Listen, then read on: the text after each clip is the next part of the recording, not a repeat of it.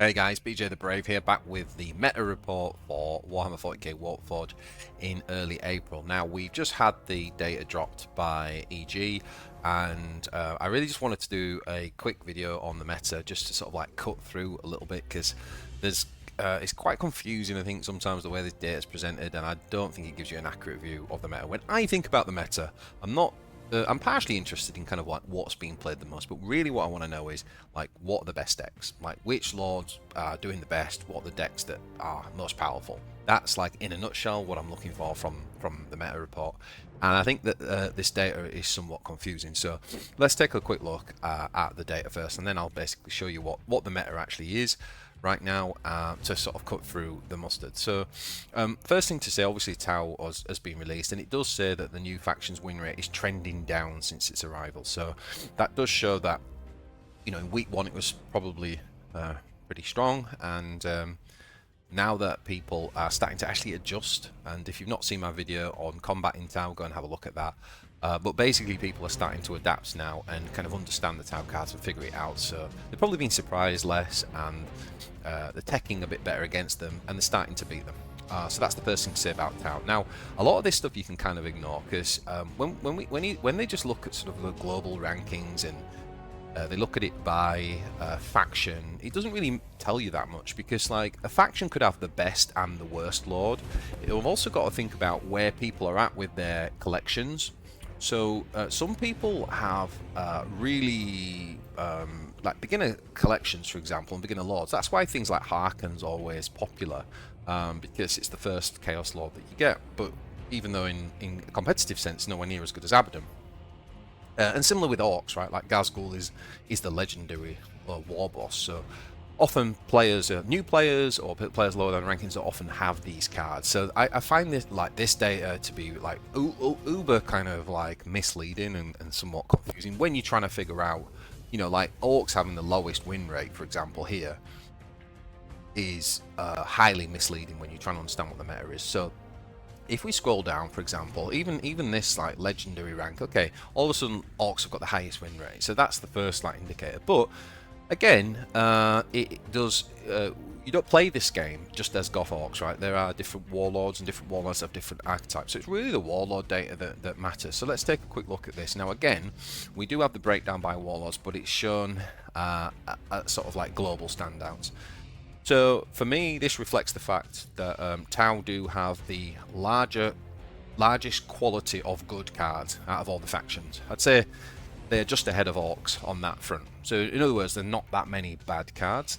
But when you're talking about the meta, you're actually interested in what's the best combination of like 30 cards, right?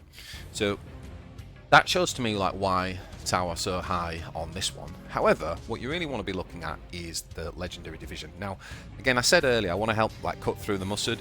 One of the problems with the way that this data is presented is it's done from the start to the end of a calendar month.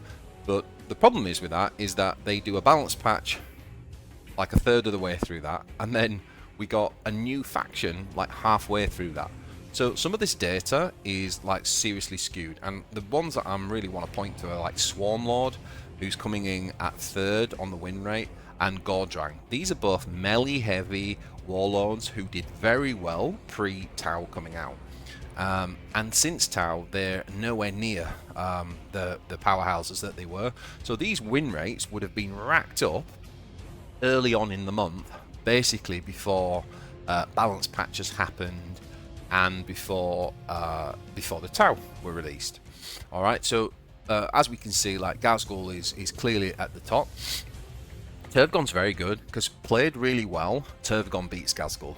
Obviously, if Ghazghkull gets if the cards sort of line up perfectly for Ghazghkull, it can beat Turvgon if Turvgon has cards don't line up well. But generally speaking, if you play 100 matches between those two with really good players who know the matchup, the Turvgon will win, because ultimately it just can outvalue Ghazghkull, and eventually it'll get through all the removal, and it would just overwhelm Gaz and win. And Gaz doesn't really have much kind of like beat down mechanics as well. So Turvgon is like favoured against Ghazghkull. Aun'Va is definitely the best of the Tau warlords.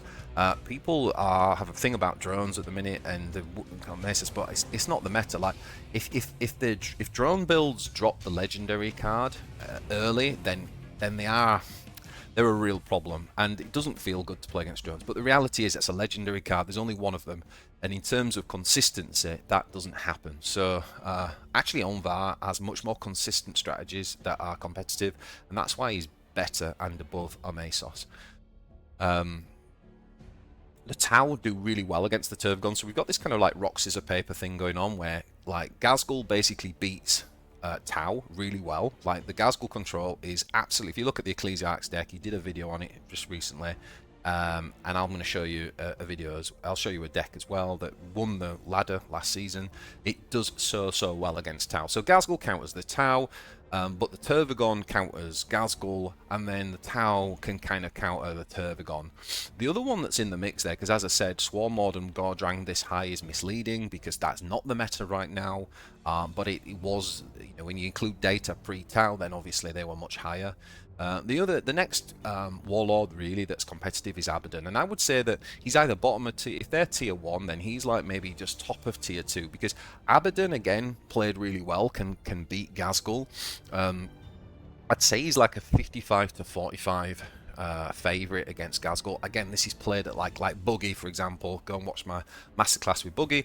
I would say that is it's at least 50-50, but maybe Abaddon played very well.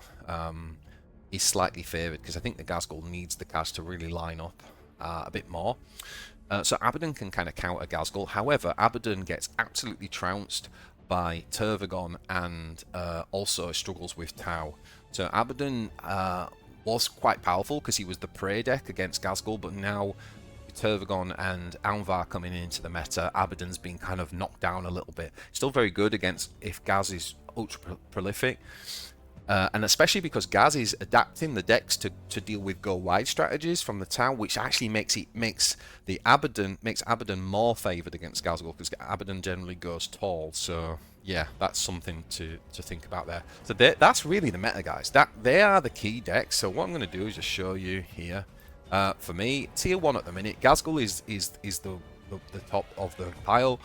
And you also, just one thing to point out on here as well, is that Abaddon with his 56.4%, even though it's a couple of percent lower than these, again, these are inflated because these are pre-Tau, whereas Abaddon will maintain this in the Tau meta. And you've got to think, look at the user rate, right? Like Swarmlord, that's less than 5%, whereas Abaddon is like 15%. So getting 56% over a 15% play rate is much more impressive than that 58 over a 4.9.